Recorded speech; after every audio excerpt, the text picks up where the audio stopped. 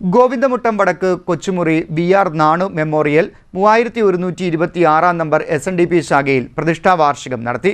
വിവിധ ചടങ്ങുകളോടെയാണ് വാർഷികം നടത്തിയത്.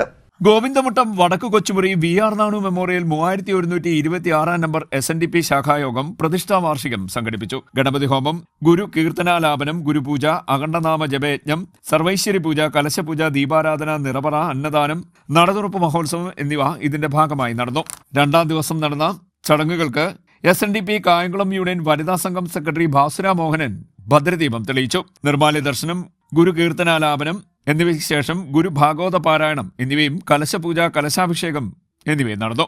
ഇതിനുശേഷം ദേശതാലപ്പൊലി ഉണ്ടായി. അലങ്കരിച്ച ഗുരു വാഹനത്തോടൊപ്പം ചെണ്ടമേളം, പമ്പമേളം, അമ്മൻകുടം എന്നീ വാദ്യമേളങ്ങളും അണിനിരന്നു. നിരവധി പേർ പങ്കെടുത്തു.